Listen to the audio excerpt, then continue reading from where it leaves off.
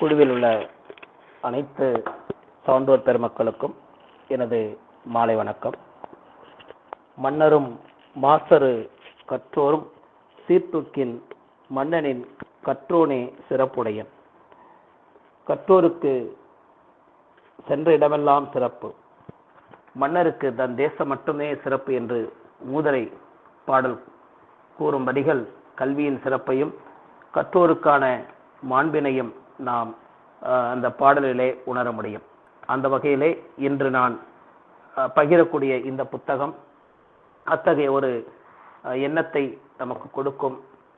நாமும் நம்மை சுற்றி இருக்கக்கூடிய மற்றவர்களையும் படிப்பதற்கும் அல்லது அத்தகைய சூழலை ஏற்படுத்துவதற்கும் நம்மால் என்ன செய்ய முடியும் என்ற ஒரு வேட்கையை இந்த குறும் நாவல் நமக்கு கொடுக்கும் என்று நான் நம்புகிறேன். இந்த படிப்பு ஒரு புத்தகம் என்னவெல்லாம் செய்யும் அப்படின்னு சொன்னோன்னா, இந்த உலகத்தில் எல்லாவற்றையும் சிறந்த ஒரு ஆகச்சிறந்த ஒரு கருவி அப்படின்னு சொன்னால் புத்தகம்தான். நெல்சன் மண்டேலா அவங்களே சொல்லுவாங்க, இந்த உலகத்திலேயே மிகச்சிறந்த ஒரு உலகத்தை மாற்றக்கூடிய ஒரு மிகப்பெரிய ஆயுதம் கல்வி அப்படின்னு சொல்லுவாங்க. அதுக்கு உறுதுணையாக இருக்கக்கூடியது இந்த புத்தகம், அறிவு சார்ந்த இந்த புத்தகங்கள். இந்த புத்தகத்தை நாம் 1000 முறை புரட்டி போட்டாலும் அது நம்முடைய எண்ணத்தை, நம்முடைய வாழ்க்கையை மாற்றி அமைக்கக்கூடிய ஒரு உயர்ந்த சிந்தனையை கொடுக்கக்கூடிய கருத்துக்களை உள்ளடக்கியதாக இருக்கிறது. ஆகவே ஒவ்வொருவரும் வாசிப்பை நாம் நேசிக்க வேண்டும் என்ற ஒரு பணிவான வேண்டுகளோடு, ஏன்னா அந்த ஒரு ஆர்வம் இருக்கிறதுனால தான் இந்த குழுவில் நாம் பயணிக்கிறோம். மற்றவர்களுக்கும் நாம் அடுத்த தலைமுறைக்கும் இந்த வாசிப்பை கொண்டு போய் சேர்க்க வேண்டும் என்பதுதான் என்னுடைய ஆசை.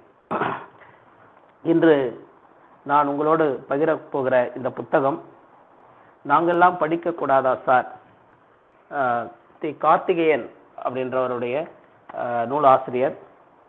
இது வெளியீடு பார்த்தீங்கன்னா செண்பகா பதிப்பகம், பாண்டி பஜார், சென்னை 6,17,000. இந்த புத்தகத்தினுடைய மொத்த பக்கம் அப்படின்னு சொல்லி பார்த்தோம்னா சின்ன புத்தகம் தான், 160 பக்கம். இதனுடைய விலை 200 ரூபாய். ஃபர்ஸ்ட் இந்த நூல் தலைப்பு தான் எனக்கு பிடிச்சது. இந்த தலைப்பை பார்த்த உடனே இந்த புத்தகத்தை வாசிக்கணும், இதில் என்ன இருக்குது அப்படின்ற ஒரு எண்ணத்தை எனக்குள்ள ஏற்படுத்தியது. ஏன்னா அது கேள்விக்குறியோடு இருந்தது. நாங்கள்லாம் படிக்கக்கூடாதா சார் அப்படின்னு ஒரு கேள்வி இருந்தோடனே நான் அதை ஒரு கோணத்தில் நினைச்சேன். ஏன்னா இன்னைக்கு சொசைட்டியில் ஒரு சமூக பார்வையோடு இருக்குமோ ஒரு வேலை அப்படின்ற ஒரு எண்ணம் எனக்குள்ள கொஞ்சம் இருந்தது. ஏன்னா இன்னைக்கு பல்வேறு இடங்களில், நாங்குநேரியில், இன்னும் திருநெல்வேலி டிஸ்ட்ரிக்டில், வேறு இடங்களில் மாணவர்களுக்கும் ஆசிரியர்களுக்குமான ஒரு உரையாடல் அல்லது இந்த சமூகத்திலே மாணவருடைய போக்கு, இதெல்லாம் பார்க்கும்போது அத்தகைய ஒரு தாக்கம் இந்த புத்தகத்தில் இருக்கும் நான் நினைச்சேன். அதையெல்லாம் மாற்றி எல்லாவற்றையும், எல்லா சூழலையும் அலசக்கூடிய ஒரு மிகச்சிறந்த புத்தகமாக இதை நான் பார்க்கிறேன். இந்த புத்தகத்தினுடைய இறுதியில் நிச்சயம் அதை எல்லோரும் உணர்வீர்கள் என்று நான் நம்புகிறேன். முதல்ல இந்த புத்தகத்தினுடைய தலைப்பு ரொம்ப அருமையான ஒரு கருத்தை உள்ள இருக்கிறதாக நம்மை வாசிப்பதற்கு தூண்டுகிறது. இந்த நூலை திருவண்ணாமலை புத்தக திருவிழாவில், இந்த ஆண்டு நடைபெற்ற புத்தக திருவிழாவில் வாங்கினேன். இந்த புத்தகத்தில் பார்த்தோம்னு சொன்னால் ஃபர்ஸ்ட்லே அந்த நூலாசிரியர் என்ன எழுதுறாருன்னா, அன்பிற்குரிய ஆசிரியர்களுக்கும் மாண்புமிகு மாணவர்களுக்கும் இந்த நூலை சமர்ப்பணம் செய்கிறேன் என்று எழுதுகிறார். எந்த ஒரு நூலாசிரியரும் மேக்சிமம் இந்த மாதிரி ஒரு சென்டென்ஸ் அங்கே கொடுக்க மாட்டாங்க. ஆசிரியரை சொல்லுவாங்க, ஆனால் மாணவர்களுக்கு ஒரு உயர்ந்த இடத்தை கொடுக்குறாங்க. மாண்புமிகு மாணவர்களுக்கும் இந்த நூலை சமர்ப்பிக்கிறேன் என்ற அந்த வாசகம் எனக்கு பிடிச்சிருந்துச்சு. அதுக்கப்புறம் இதில் பதிப்பாசிரியர் உரையில் என்ன சொல்கிறாங்க அப்படின்னு சொன்னால், நம்முடைய இளம் தலைமுறையினுக்கு இந்த வாசிப்பினுடைய அனுபவத்தை நம்ம கொடுக்கணும், உற்சாகமாக வாசிக்கக்கூடிய சுதந்திரத்தையும் அவர்களுக்கு கொடுக்கணும். அதை அவர்கள் அணு அணுவாக ரசித்து ருசித்து அதை பதியம் போட்டு அடுத்த ஒரு கடத்தல் முயற்சியாக அடுத்த ஒரு தலைமுறைக்கு கொண்டு போகக்கூடிய ஒரு சூழலை நாம் ஒவ்வொருவருமே இந்த சமுதாயத்தில் உருவாக்கணும் அப்படின்னு சொல்லிட்டு பதிப்பாசிரியர் அதை சொல்லியிருக்கிறாங்க. அடுத்து வாழ்த்துறையில் வானம் தொட்டுவிடும் தூரம்தான் என்ற ஒரு தலைப்பில் திரு பாலபாரதி சார் அவங்க தான் இப்போ தமிழ்நாடு பள்ளிக்கல்வித்துறையினுடைய சிறார் இதழுடைய பொறுப்பாசிரியராக செயல்பட்டுட்டு வராங்க. அவர்கள் எழுதுகிற அந்த பகுதியில் வந்து பார்த்தோன்னா இன்னும் சிறப்பாக இந்த புத்தகத்தை வாசிப்பதற்கு அதிக ஆர்வத்தை நமக்கு தூண்டுற வகையில் அவருடைய கருத்துக்கள், அவருடைய அந்த வாழ்த்துறை அமைஞ்சிருக்கிறது. அதில் என்ன சொல்கிறாங்க அப்படின்னா, இந்த பெற்றோரும் பிள்ளைகளும் வாசிப்பை வந்து நேசிக்கணும்னா பெற்றோர்கள் படிக்கணும், ஆசிரியர்கள் படிக்கணும். இதை தொடர்ந்து படிக்க படிக்க இந்த வாசிப்பின் பழக்கம் அடுத்த தலைமுறைக்கும் மாணவர்களுக்கும் அது போய் சேரும். அது அவருடைய ஒழுக்கத்தையும் அவருடைய மாண்பையும் எல்லாவற்றையும் கொண்டு போய் சேர்க்கும்னு சொல்றாங்க. அடுத்தது சூசகமா இந்த புத்தகத்தில் வரக்கூடிய அந்த கதையினுடைய சாராம்சத்தையும் அவருடைய கருத்துல வந்து நமக்கு கொண்டு வந்து கொடுக்குறாங்க. அடுத்தது சிறார் எழுத்தாளர் திரு விழியன் சார் அவங்க வாழ்த்துறை வழங்குற பகுதியில் வந்து என்ன சொல்றாங்கன்னா, பள்ளிக்கூடம் சந்திக்கக்கூடிய பிரச்சனைகள் வந்து இன்னைக்கு 1, 2 அல்ல, ஏராளமான பிரச்சனைகள் இருக்கு. அது ஆசிரியர் நிறைய பேர் இதில் இணைஞ்சிருப்பாங்க. இன்னைக்கு சமூகத்தில் இருக்கிற மற்றவர்களுக்கும் அது தெரியும். அப்போ அவங்க அதில் சொல்லும்போது, எது சிறந்த கல்வி, எது சிறந்த பள்ளி என்ற கேள்விகள் நமக்குள்ளே எழுந்துக்கிட்டே இருக்கு. அதனை தொடர்ந்து இந்த புத்தகத்தில் நாங்கள்லாம் படிக்கக்கூடாதா சார் அப்படின்ற கேள்வி 1000 கேள்விகளை நம்முடைய உள்ளத்திலையும் நம்முடைய எண்ணங்களிலையும் அது வந்து கொண்டு போய் சேர்க்குது. அது இந்த புத்தகத்தை தொடர்ந்து வாசிப்பதற்கான ஒரு வலுவாகவும் இருக்கிறது அப்படி சொல்லி வில்லியன் சார் அவங்க வந்து எழுதுறாங்க. அடுத்தது இந்த புத்தகத்துக்குள்ள போகும்போது இந்த கதையினுடைய மையப்பகுதி அப்படின்னு சொல்லி பார்த்தோம்னா திருவண்ணாமலை சார்ந்த ஒரு பகுதியாக இருக்கிறதுனால, நானும் திருவண்ணாமலை மாவட்டத்தில் பணிபுரியறதுனால எனக்கு அது ஒரு ஈர்ப்பை ஏற்படுத்தியது. எங்கே இருக்கு திருவண்ணாமலையில், இது எங்கே நடந்திருக்கும் அப்படின்ற ஒரு ஆர்வம், வேட்கை அது தானாகவே எனக்குள்ள அது இருந்தது. இந்த இப்போ புத்தகத்தினுடைய கதைக்குள்ள நம்ம வருவோம். இந்த புத்தகத்தில் ஒரு அரசு சென்னை மிக ஒரு அதிக மாணவர்களை, கிட்டத்தட்ட 2500க்கும் மேற்பட்ட மாணவர்களை உடைய அரசு மேல்நிலை பணியில் பணிபுரியக்கூடிய ஆசிரியர். அவர் பேர் வந்து மணிகண்டன். அவர் தான் இந்த கதையினுடைய நாயகனாக இருக்கிறாரு. அதுக்கு அடுத்து அதில் தொடர்ந்து வரக்கூடிய நிகழ்வுகளை நம்ம பார்க்கலாம். இந்த மணிகண்டன் சார் பணிபுரிகிற பள்ளியில் டிப்ளாய்மெண்ட் மாதிரி போடுறாங்க போல தெரியுது. அந்த ஆண்டில் 3 ஆசிரியர்களுக்கு வந்து டிரான்ஸ்ஃபர் கொடுக்குறாங்க. இந்த டிரான்ஸ்ஃபர் கவுன்சிலிங்கில் அவங்க வந்து வேற பள்ளிக்கு நம்ம போகணுன்ற ஒரு சூழல் ஏற்படுது. அவங்க மனசுக்குள்ளே வந்து அருகாமையில் கிடைச்சா பரவாயில்ல, அருகாமை மாவட்டத்தில் அல்லது நமக்கு அறிமுகமான ஒரு இடத்துல, அந்த மாதிரியான ஒரு இடத்துல கிடைச்ச அப்படின்ற ஒரு எண்ணம் அவங்களுக்கு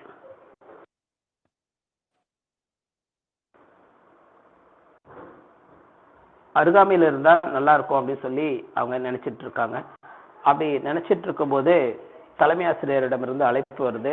அவருக்கு டிரான்ஸ்ஃபர் வந்திருக்கிறதா, டிரான்ஸ்ஃபர் ஆர்டர் வந்திருக்கிறதா தகவல் சொல்றாங்க. உடனே அவர் போறாரு. அவர் போகும்போது அவருக்கு தலைமை ஆசிரியர் சொல்றாரு, நீங்க அடிக்கடி வேண்டக்கூடிய அந்த அண்ணாமலையார் உங்களை கைவிடலை, அவருடைய மாவட்டத்துக்கு தான் உங்களுக்கு டிரான்ஸ்ஃபர் வந்திருக்கு, கடுப்பேரி உயர்நிலை பள்ளிக்கு நீங்க போய் ஜாயின் பண்ணலாம், அதுலேயே இந்த ஆர்டர்லேயே அந்த ஸ்கூலோடைய ஃபோன் நம்பர் இருக்கு, நீங்க காண்டாக்ட் பண்ணி போய் ஜாயின் பண்ணிக்கோங்க அப்படின்னு சொல்லி தகவலை சொல்றாரு. இப்படி இவர் கூட ஒரு 3 ஆசிரியர்கள் பார்த்தீங்கன்னா பாலு அப்படின்ற ஒரு சாருக்கும் தாமஸ் அப்படின்ற ஒரு சாருக்கும் வந்திருக்கு. அவங்களுக்கெல்லாம் பக்கத்தில் இருக்கக்கூடிய மாவட்டத்தில், ஒருத்தருக்கு செங்கல்பட்டுலையும் ஒருத்தருக்கு வந்து பக்கத்தில் இருக்கக்கூடிய திருவள்ளூர் மாவட்டத்திலையும் டிரான்ஸ்ஃபர் கிடைக்குது. இவருக்கு மட்டும் திருவண்ணாமலையில் கிடைக்குது. ஆனால் இவர் வந்து சென்னையில் ஒரு நல்ல ஒரு சிட்டியில் வாழ்ந்துட்டு எப்படி ஒரு கிராம பகுதிக்கு போகிறது அப்படின்னு யோசிக்கிறாரு.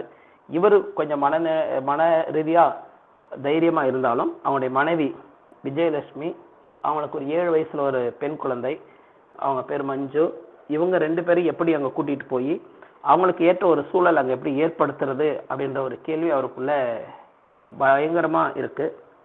அதை யோசிக்கும் போது அவரால் அதை எப்படி அவங்ககிட்ட போய் சொல்கிறது என்ற சிந்தனையிலே அவர் அன்னைக்கு அங்கே இருக்கிறாரு. லஞ்ச் டைமில் அவங்களுக்கு ஃபோன் அடித்து இந்த மாதிரி டிரான்ஸ்ஃபர் வந்திருக்கு அப்படின்னு சொன்னோன்னே அவங்க வேறு எதுவும் செய்ய முடியாதா, வேறு என்ன பண்ணுறது அப்படின்னு சொல்லி ஒரு டிஸ்கஷனில் போய்கிட்டே இருக்கு. இப்படியாக வாங்க சாயங்காலமாக சீக்கிரம் கிளம்பி வாங்க, அடுத்த ஏற்பாடுகளை பார்க்கலாம் அப்படின்னு சொல்லிட்டு அவங்க வீட்டம்மா ஃபோனை வச்சிடுறாங்க. இவரும் வீட்டுக்கு போய் அந்த ஸ்கூலுக்கு கிளம்பக்கூடிய வேலைகளை பார்க்குறாரு. அப்போ அவர் சொல்கிறாரு, நீங்கள் இங்கே இருங்க, நான் போயிட்டு உங்களுக்கு தேவையான ஏற்பாடுகள்லாம் செஞ்சுட்டு உங்களை கூட்டிகிட்டு போகிறேன். ஒருவேளை அங்கே அந்த சூழல் இல்லைன்னா என்ன பண்ணுறது அப்படின்னு கேட்குறாங்க விஜயலட்சுமின்றவங்க. அவங்க இத்தனைக்கும் ஐடி வேலையை விட்டுட்டு தன்னுடைய மகளுக்காக வீட்டிலேயே இல்லத்தரசியாக இருக்கக்கூடிய ஒரு சூழலில் இருக்கக்கூடிய ஒரு கேரக்டர் அங்கே காமிக்கிறாங்க. அப்போது அப்படி இல்லைன்னா பரவாயில்ல, நீங்கள் இங்கே இருங்க, 5 மணி நேரம் தான் ஆகும், நான் ஒவ்வொரு வாரமும் போயிட்டு வந்துடுறேன் அப்படின்ற மாதிரி அவர் சொல்லிட்டு தனக்கான துணிமணிகளை எடுத்துட்டு கிளம்புறாரு. கோயம்பேடு பேருந்து நிலையத்திலிருந்து திருவண்ணாமலையை நோக்கி போகக்கூடிய பேருந்தில் ஏறி அமர்றாரு. மன ஒரு கஷ்டத்தோட எங்கே ஒரு டவுனை விட்டுட்டு ஒரு கிராம பள்ளிக்கு போகிறோமே அப்படின்ற ஒரு சிந்தனை அவருக்குள்ளே இருக்குது.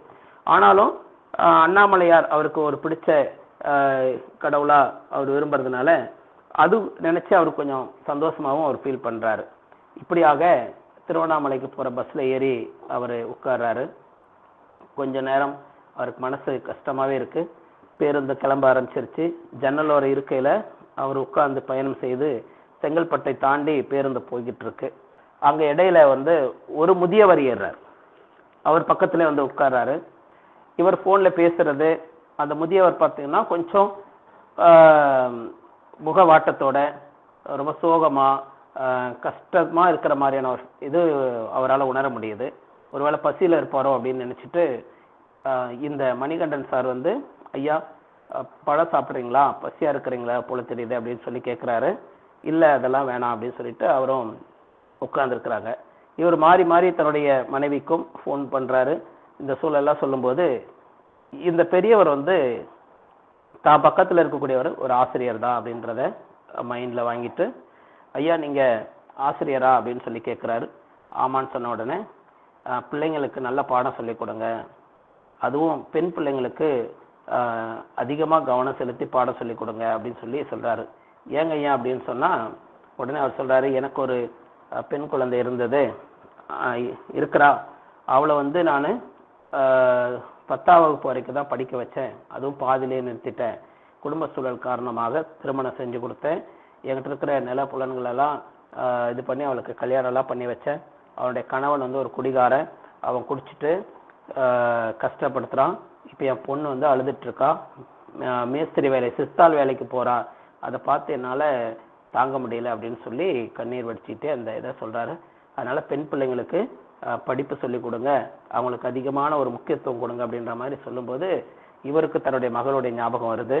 இதை படிக்கக்கூடிய நமக்கும் வகுப்பறையில் இருக்கக்கூடிய பெண் பிள்ளைகள் மற்றும் நம்முடைய வீட்டில் இருக்கக்கூடிய பிள்ளைங்களை நினைச்சு நமக்கும் நிச்சயமா ஒரு எண்ணம் ஏற்படக்கூடிய அந்த காட்சி அந்த புத்தகத்தில் நம்மளால உணர முடியுது. இப்படியாக போகும்போது அந்த தலைமை ஆசிரியர் சொன்னார், அந்த ஆர்டரில் இருக்கக்கூடிய நம்பரில் ஆர்டரில் ஏற்கனவே மாறுதல் ஆகி போகக்கூடிய பள்ளியினுடைய தொலைபேசி எண் இருக்குது, அதை காண்டாக்ட் பண்ணி நீங்கள் அங்கே போயிருங்கன்னு சொன்னார். சரி, இவரும் காண்டாக்ட் பண்ணுறாரு. எதிர்முனையில் ஒருத்தர் ஃபோன் எடுக்கிறாரு. அவர் கடைப்பேரி பள்ளியிலேருந்து பேசுகிறோம், ரஷீத் அவர் பேர், சார் எடுக்கிறாரு. நான் ரஷீத் பேசுகிறேன், நீங்கள் திருவண்ணாமலைக்கு வந்துடுங்க, உங்களை நான் பிக்கப் பண்ணிக்கிறேன், என்னுடைய மொபைல் நம்பர் இதுதான் அப்படின்னு சொல்லிட்டு அவர் நம்பரை சொல்கிறாரு. இவருக்கும் சரி பரவாயில்ல, நல்ல இன்முகத்தோடு வரவேற்கிறாங்களே அப்படின்ற ஒரு உள்ளுணர்வு இருக்குது. இப்படி மனசோர்வோட ஒரு களைப்போட அப்படியே உட்காந்துட்டே போகிறாரு. கொஞ்ச நேரம் தூங்கிடுறாரு. கிட்டத்தட்ட மதியானம் தாண்டி ஒரு 2 மணி அளவில் திருவண்ணாமலைக்கு இறங்கிடுறாரு. இறங்கின உடனே இவர் ஆசிரியருக்கு ஃபோன் பண்ணி அவரை கூப்பிடலாம் அப்படின்னு சொல்லி பார்த்து பாக்கெட்டில் பார்த்தா அவர் நம்பர் நோட் பண்ணி வச்சிருந்த நம்பரை காணும். அந்த பேப்பர் எங்கேயோ பறந்து போயிட்டு இருக்குது. என்ன பண்ணுறதுன்னு ஒன்றும் புரியலை. தன்னுடைய மனைவிக்கு ஃபோன் பண்ணி சொல்கிறார், இந்த மாதிரி திருவண்ணாமலைக்கு வந்துட்டேன், இறங்கிட்டேன் அப்படின்னு சொல்லிட்டு இருக்கும்போது வேறு வழி தெரியல, நம்பர் தெரியல, இன்றைக்கி பள்ளிக்கூடத்துக்கு போகிறதுக்கான சூழல் நமக்கு தெரியல, என்ன பண்ணலாம், ரூம் எடுத்து எங்கேயா தங்கிட்டு அதுக்கப்புறம் போகலாமா அப்படின்ற மாதிரி ஒரு சிந்தனையில் அப்படியே ஒரு டீ கடையில் போய் டீ குடிச்சிட்ருக்கிறாரு. தூரத்துலேருந்து ஒரு குரல் கேட்குது, மணிகண்டன் சார் அப்படின்னு. நம்மளை யார் இந்த திருவண்ணாமலையில் கூப்பிடுறாங்க, நமக்கு தெரிஞ்சவங்க இங்கே யாருமே இல்லையே அப்படின்னு சொல்லிட்டு இவரும் சுற்றி முற்றி பார்க்குறாரு. நம்மளை யாரும் கூப்பிடல அப்படின்ற ஒரு எண்ணத்தோடு இருக்கும்போது மீண்டும் ஒரு குரல் கேட்குது. அருகில் நீங்கள் மணிகண்டன் சார் தானே, நான் உங்ககிட்ட பேசின ரஷீத் சார், நான் தான் கடைப்பேரி பள்ளியில் ஒர்க் பண்ணுறேன் அப்படின்னு சொன்னோடனே இவரால் ஆச்சரியம் தாங்க முடியல. என்ன எப்படி உங்களுக்கு அடையாளம் தெரிஞ்சது அப்படின்னா அவர் சொல்கிறார், இந்த திருவண்ணாமலை பஸ் ஸ்டாண்டில் மக்கள் 3 விதமாக இருப்பாங்க, எல்லா பஸ் ஸ்டாண்ட்லையுமே மக்கள் 3 விதமாக இருப்பாங்க, அதுவும் இங்கே அதை ஈஸியாக நம்ம கண்டுபிடிக்க முடியும் சொல்கிறாரு. உள்ளூர் வாசிகளாக இருந்தால் அவங்கவுங்க வேலையை பார்த்துட்டு போய்கிட்டே இருப்பாங்க, ஆன்மீக ரீதியாக வந்தாங்கன்னா அவங்க பக்தியாக கோயிலை நோக்கி அவங்களுடைய பயணம் தொடர்ந்து போயிட்டே இருக்கும். புதுசாக வந்தவங்களா இருந்தால் அவங்க வழி தெரியாமல் யார்கிட்டயாவது கேட்கறதுக்கு முற்படுவாங்க. ஸோ அந்த இதை வச்சு நான் கண்டுபிடிச்சேன் அப்படின்னா இவருக்கு ஒரு ஆச்சரியம்.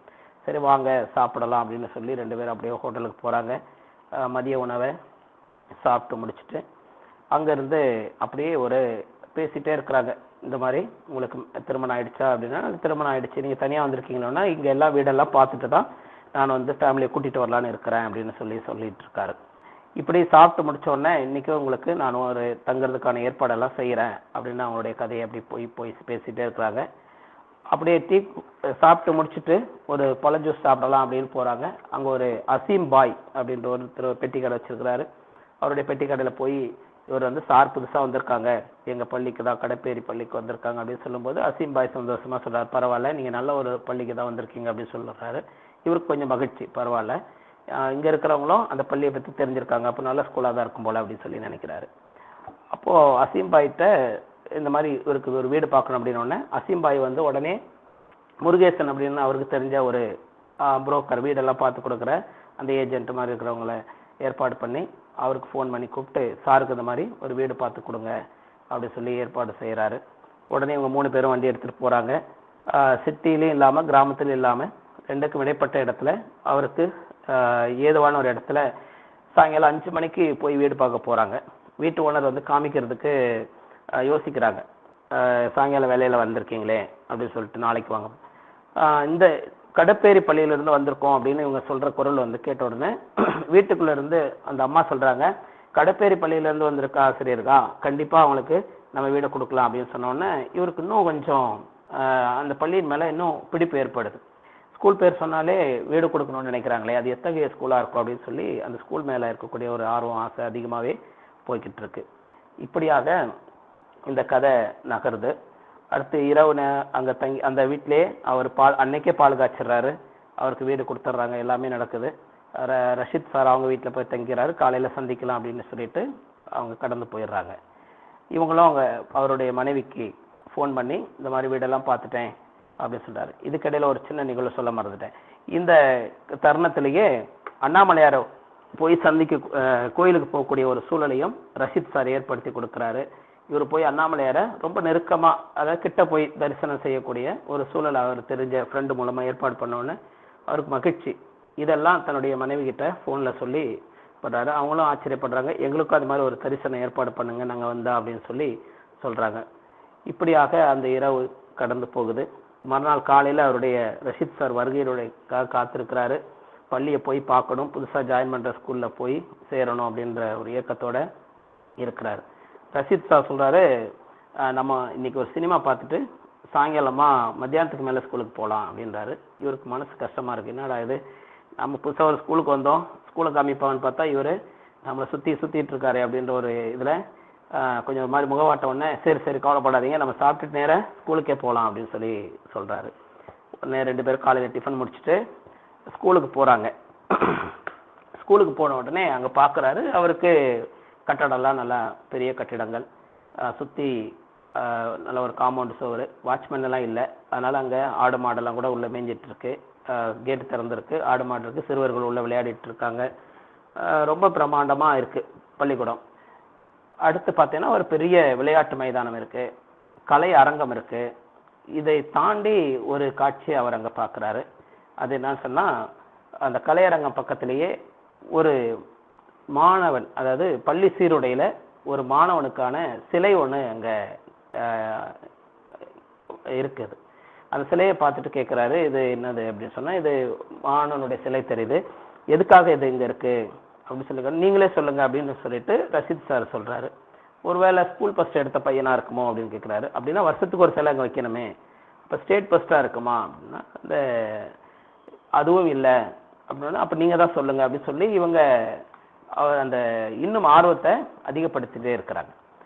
அப்போது இவர்கிட்ட கேட்குறாங்க, இப்போ நம்ம ஸ்கூலில் எத்தனை பேர் இருக்கிறாங்க அப்படின்னு சொல்லி கேட்டால், இப்போ வந்து 800 மாணவர்கள் இருக்கிறாங்க, 25 ஆசிரியர்கள், 3 அலுவலக பணியாளர்கள் இருக்கிறாங்க அப்படின்னு சொல்லி சொல்கிறார். அப்போது அந்த சிலையை பற்றி சொல்லுங்கள் அப்படின்னோடனே இவர் உடனே பக்கத்தில் இருக்கிற பிடி சார், அவர் ஸ்கூல் பக்கத்தில் இருக்கிற அவருக்கு ஃபோன் பண்ணி அவரை வர வச்சு இந்த மணிகண்டன் சாரை அறிமுகப்படுத்துறாரு. 3 பேருமா அங்கே கிரவுண்டில் நின்று பேசிட்டு இருக்காங்க. இவருக்கு இந்த சிலையை பற்றி தெரிஞ்சுக்கணும்னு சொல்லிட்டு அவர்கிட்டையும் கேட்குறாரு. சார், இந்த மாணவன் சிலை எதுக்காக வச்சிருக்கிறாங்க, ஏன் வச்சிருக்கிறாங்க அப்படின்னு கேட்குறாரு. அவரும் எனக்கு சரியா தெரியல, சாருக்கு தான் தெரியும் அப்படின்னு சொல்லி அவர் மேலே போடுறாரு. சார், நீங்கள் தான் சொல்லுங்க அப்படின்னா அவரும் அதை சொல்கிறேன், நான் கண்டிப்பாக இந்த பள்ளியில் தான் நீங்கள் இருக்க போகிறீங்க, அதை தெரிஞ்சுக்காமல் இருக்க போகிறதில்ல, நிச்சயமாக சொல்கிறேன் அப்படின்னு சொல்லிட்டு சொல்கிறார். தொடக்கத்தில் இந்த ஸ்கூல் வந்து இந்த ஊரில் வந்து 28 மாணவர்கள் தான் படித்தாங்க. ஒரே ஒரு ஆசிரியர் தான் அங்கே ஒர்க் பண்ணார். சதாசிவம் அப்படின்னு சொல்லிட்டு ஒரு ஆசிரியர் தான் இருந்தார். அவர் தான் இந்த பள்ளியை முழுமையாகவே கட்டமைச்சு எல்லா வகுப்பு மாணவர்களுக்கும், அதாவது 1ஆவதுலேருந்து 10ஆவது வரைக்கும் இருக்கக்கூடிய மாணவர்களுக்கெல்லாம் பாடம் கற்பிக்கக்கூடிய ஒரு சூழல் அங்கே இருந்துச்சு. ஓராசிரியர் பள்ளி மாதிரி இருந்தது. அவர் தான் எல்லா பணிகளையும் செஞ்சார் அப்படின்னு சொல்லிட்டு சதாசிவம் ஆசிரியரை பற்றி சொல்கிறார். இந்த சதாசிவம் ஆசிரியர் அந்த ஊருக்கு ஒரு சிறந்த ஒரு ஆளுமையாக காமிக்கிறாங்க. மாணவர்களுக்கு பிடித்த, பெற்றோர்களுக்கு பிடித்த ஒரு அறிவு சார்ந்த ஒரு ஆசிரியராக அங்கே இந்த நூலில் வந்து நமக்கு நூலாசிரியர் படம் பிடித்து காண்பிக்கிறார். அந்த ஒரு ஆசிரியர் காலையிலே வந்து வகுப்புகளை எல்லாம் சுத்தம் செய்வதற்கான ஏற்பாடுகளை செய்துட்டு, தன்னுடைய அலுவலக பணிகளுக்கான ஏற்பாடுகளை செய்துவிட்டு, மாணவர்களுக்கு ஒவ்வொரு வகுப்புக்கும் அனைத்து பாடங்களையும் எப்படியெல்லாம் திட்டமிட்டு நடத்தணும் அப்படின்றதையெல்லாம் அவர் செஞ்சிட்டு இருக்கிறாரு. இப்படி இந்த வாழ்க்கை போயிட்டு இருக்கு அப்படின்னு சொல்லி சொல்றாரு. ஆனாலும் இந்த சதாசிவம் ஆசிரியருக்கு படிக்கக்கூடிய மாணவர்கள் 10ஆம் வகுப்புல பார்த்தீங்கன்னா அந்த ஆண்டில் மொத்தமே 8 மாணவர்கள் தான் இருக்கிறாங்க. மொத்த ஸ்கூல்ல 28 பேர், அதில் 18 பேர் வந்து 8 மாணவர்கள் தான் இங்க, 20 மாணவர்கள் வேறு வேறு வகுப்புல இருக்கக்கூடிய எண்ணிக்கை, அவ்வளவுதான். இந்த எண்ணிக்கையில் இருக்கக்கூடிய மாணவர்களை வச்சு அந்த பள்ளி போய்கிட்டு இருக்கு. அப்போ இந்த மாணவர்களுக்கு ஒரு நாள் சந்தேகம் வருது. பக்கத்து ஸ்கூல்லலாம் ஒவ்வொரு பாடத்துக்கும் ஒவ்வொரு ஆசிரியர் இருக்கிறாங்க, ஆனா நமக்கு மட்டும் ஒரே சார் தான் இருக்கிறாரு, எல்லா பாடத்தையும் சொல்லி கொடுக்குறாரு.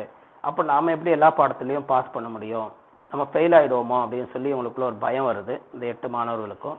ஒரு நாள் அவர்கிட்ட கேட்குறாங்க, சார் இந்த மாதிரி எங்களுக்கு பயமா இருக்குது, நாங்கள் பாஸ் பண்ணுற அளவுக்கு எங்களுக்கு சொல்லிக் கொடுங்க அப்படின்னா. ஏன் இப்படி சொல்கிறீங்க அப்படின்னா, பக்கத்து ஸ்கூலில், ப்ரைவேட் ஸ்கூல்லலாம் ஒவ்வொரு பாடத்துக்கும் ஒரு ஆசிரியர் இருக்கிறாங்க, ஒவ்வொரு பாடத்துக்கும் ஒரு ஆசிரியர் வர்றாங்க இன்னொரு அரசு பள்ளியிலலாம், நமக்கு அப்படி இல்லை நம்ம ஊரில், அதனால் எங்களுக்கு பயமாக இருக்குது அப்படின்னோடனே அவர் கொஞ்சம் கஷ்டப்படுறாரு. மாணவர்கள் நம்ம மேலே இப்படி ஒரு தாக்கம் வச்சுருக்காங்களே அப்படின்னு சொல்லிட்டு. உடனே இந்த ஆசிரியர் சொல்கிறாரு, கண்டிப்பாக நீங்கள் எல்லாருமே பாஸ் பண்ணுற அளவுக்கு இல்லை, நிறைய மார்க் எடுக்கிற அளவுக்கு நான் உங்களுக்கு சொல்லிக் கொடுப்பேன், நீங்கள் நம்பிக்கையோடு இருங்க, உங்களால் முடியும் அப்படின்னு சொல்லிட்டு அவர் அவங்களுக்கு நம்பிக்கை சொல்கிறார். இந்த இந்த கதையில் வரக்கூடிய முக்கியமான ஒரு கேரக்டர் யார் அப்படின்னு சொல்லி பார்த்தீங்கன்னா மாணிக்கம். இந்த மாணிக்கம் என்ற ஒரு கேரக்டர் தான் ரொம்ப ரொம்ப முக்கியமானது. இந்த மாணிக்கத்துக்கு கூட பார்த்தீங்கன்னா முத்துலட்சுமி, தேவி, ரங்கன், பச்சையப்பன், சுகுமார் அப்படின்ற மாணவர்கள்லாம் அந்த ஆண்டில் 10ஆம் வகுப்பு படிக்கக்கூடிய மாணவர்கள். இந்த மாணிக்கம் தான் ரொம்ப துருன்னு அவர்கிட்ட கேள்வி கேட்கறது, ஆர்வமாக இருக்கக்கூடியது. இந்த மாணிக்கம் அவங்க அம்மா கிட்ட போய் இந்த நிகழ்ச்சியை சொல்கிறான். அம்மா, இந்த மாதிரி ஒரு சார் தான் இருக்கிறாரு, எங்களுக்கு எல்லா பாடத்தையும் அவரே நடத்துகிறாரு, எங்களுக்கு பாஸ் பண்ணுவோமா என்னன்னு எங்களுக்கு சந்தேகமாக இருக்குது, என்ன பண்ணுறதுன்னு தெரியல அப்படின்னு சொன்னோடனே அவங்க அம்மா சொல்கிறாங்க, வாத்தியார் மேலே நம்பிக்கை இல்லைன்னா படிப்பு எப்படி வரும், கல்லோ சாணியோ நம்புனாதான் சாமி அப்படின்னு சொல்லி அவங்க சொல்கிறாங்க. இந்த வரிகள் ரொம்ப பிடிச்சிருந்துச்சு. ஒன்று, மாணவர்கள் வந்து நம்ம மேலே அவங்களுக்கு ஒரு பற்று, பாசம் அல்லது இந்த ஆசிரியர் அப்படின்ற ஒரு நம்பிக்கை இருந்தால் தான் அந்த பாடத்தை அவங்க உள்வாங்கிறதுக்கான ஒரு தருணமாக கதையாசிரியர் அழகாக படம் பிடிச்சு காமிச்சிருக்காரு. அப்போ அவங்க அம்மாவும் சொல்கிறாங்க பாருங்க, அவங்க வள்ளிக்கண்ணு அந்த அம்மா பேர், வயசானவங்க, அவங்களுக்கு கணவர் கிடையாது. ஆனாலும் அந்த அம்மா சொல்லக்கூடிய ஒரு வார்த்தை, வாத்தியார் மேலே நீ நம்பிக்கை வைக்கலைன்னா படிப்பு உனக்கு எப்படி வரும், கல்லாக இருந்தாலும் சரி சாணியாக இருந்தாலும் சரி அதை நீ நம்பினாதான் அது உனக்கு சாமி அப்படின்னு சொல்லிட்டு அந்த அளவுக்கு அழகாக அந்த ஆசிரியர்கள் மேலே இருக்கக்கூடிய ஒரு நம்பிக்கையை ஊட்டக்கூடிய ஒரு தாயாக இங்கே கதாசிரியர் வந்து அதை படம் பிடிச்சு நமக்கு காமிச்சிருக்காரு. அதுவும் ரொம்ப அழகாக பிடிச்சிருந்துச்சு. அப்போ இப்படியே போயிட்டு இருக்கும்போது ஒரு நாள் அதே மாதிரி சதாசிவம் ஆசிரியர் வந்து வகுப்பறையெல்லாம் சுத்தம் செய்துட்டு இருக்கிறாரு. இப்படி சுத்தம் செஞ்சுட்டு இருக்கும்போது அவருக்கு திடீர்னு மயக்கம் வந்து கீழே விழுந்துடுறாரு. கீழே விழுந்தோடனே இதை மாணவர்கள் தான் பார்க்குறாங்க. டக்குன்னு அவரை அங்கேருந்து பெரியவரோட உதவியோட கூட்டிகிட்டு போய் மருத்துவமனைக்கு கூட்டிகிட்டு போகிறாங்க. கூட்டிகிட்டு போனால் தெரியுது அவருக்கு ஏற்கனவே ஹார்ட் அட்டாக் வந்திருக்கு, இது 2வது அட்டாக் வந்திருக்கு அப்படின்னு சொல்ல உடனே அவங்களுடைய மனைவி அங்கே வராங்க, மீனாட்சி, அந்த சாரோடைய மனைவி. அவங்க வந்து இதை கேள்விப்பட்டோன்னு அவங்களுக்கும் அங்கே மயக்கம் வந்துடுது. 2 பேருக்குமான சிகிச்சை மாதிரி கொடுத்துட்டு கடைசியில் சதாசிவம் ஆசிரியருக்கு ஒரு பெரிய அறுவை சிகிச்சை மூலமாக டாக்டர்லாம் சொல்கிறாங்க, நீங்கள் 3 மாதம் ரெஸ்ட் எடுக்கணும், பள்ளிக்குள்ளேயோ எங்கேயும் போகாமல் ஓய்வு எடுக்கணும் அப்படின்னு சொல்லி அவருக்கு அட்வைஸ் பண்ணி அவரை வீட்டுக்கு அனுப்பிச்சிடுறாங்க. இவர் வந்து ஓய்வு எடுக்கிறாரு. பள்ளி நடைபெறாத ஒரு சூழல் அங்கே போய்கிட்டு இருக்கு. ஊரில் இருக்கிறவங்கெல்லாம் ரொம்ப கஷ்டப்படுறாங்க. மாணவர்களுக்கு பாடம் நடத்த ஆசிரியர் இல்லை. அரசுக்கிட்ட சொன்னாலும் அதுக்கான ஏற்பாடுகள் எதுவுமே நடைபெறவில்லை. இப்படி ஒரு சூழலில் பள்ளிக்கு போயிட்டு இருக்கு. அப்போ ஒரு நாள் வந்து சதாசிவம் ஆசிரியர் அவங்க மனைவி வீட்டில் இருக்கும்போது 2 பேரும் பேசிக்கிறாங்க.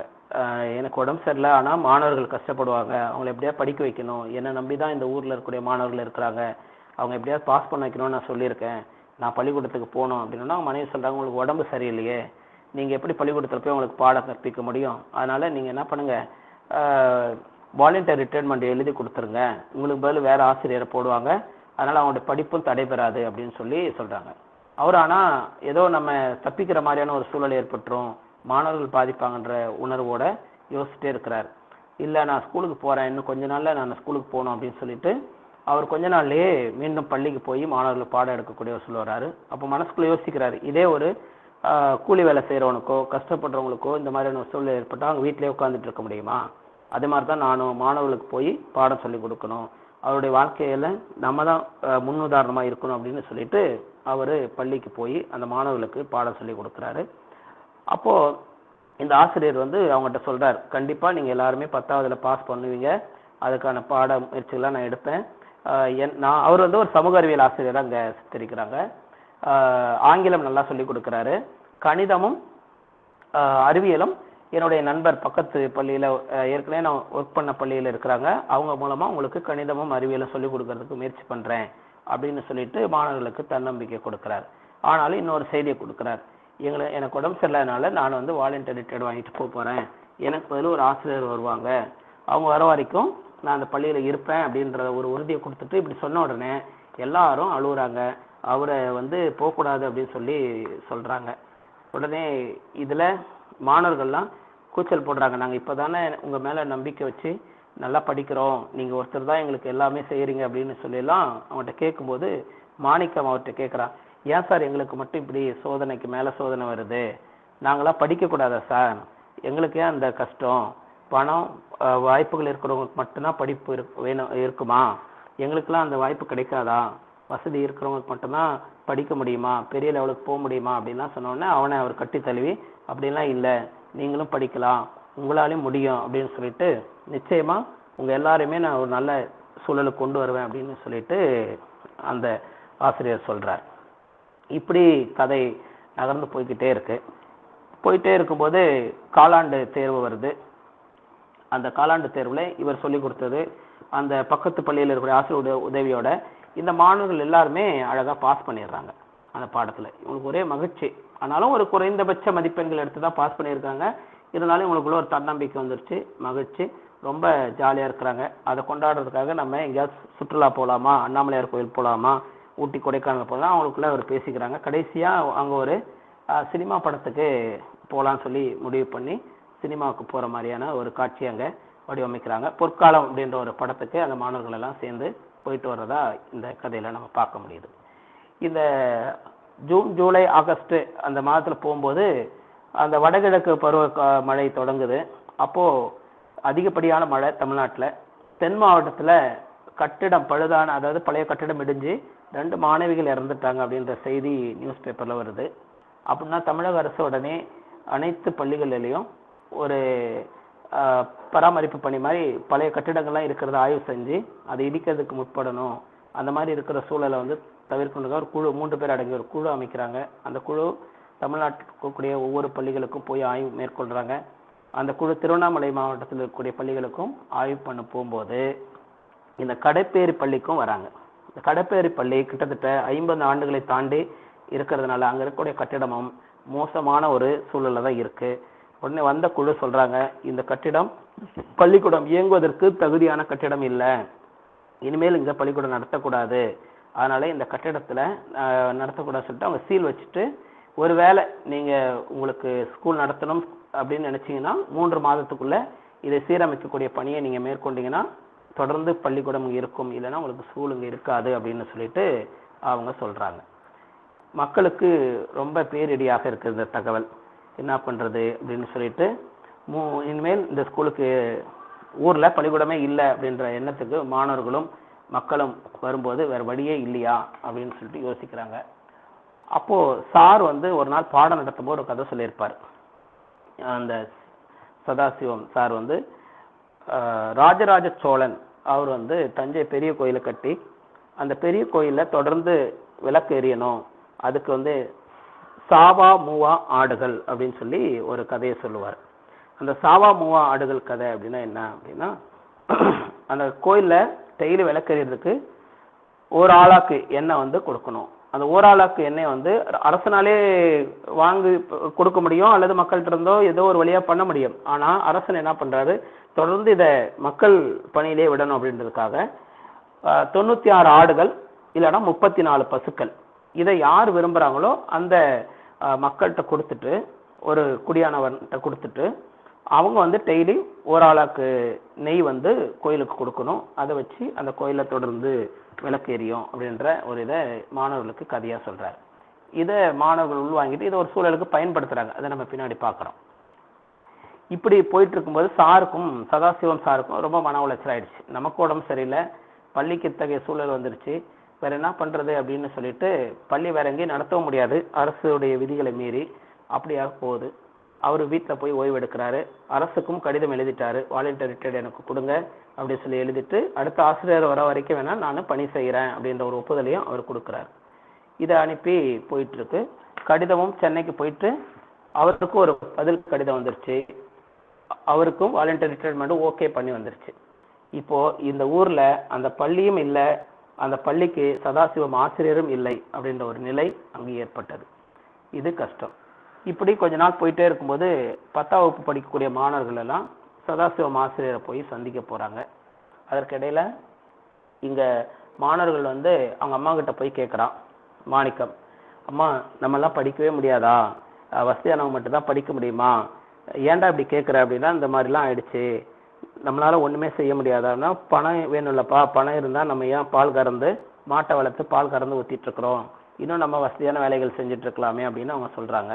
அப்ப நான் ஒண்ணு கேட்பேன், நீங்க செய்வீங்களா அப்படின்னு சொல்லி அவன் கேட்கறான். நீ என்ன வேணாலும் கேளுப்பா, என் உசுரை கூட உனக்கு தரேன் அப்படின்னு சொல்லிட்டு இந்த கதையாசிரியர் இந்த புத்தகத்துல அந்த வட்டார மொழியை அழகா பயன்படுத்தியிருக்காங்க. சூப்பரா இருக்கு, அதை வாசிக்கும் போது நல்லா இருக்கு.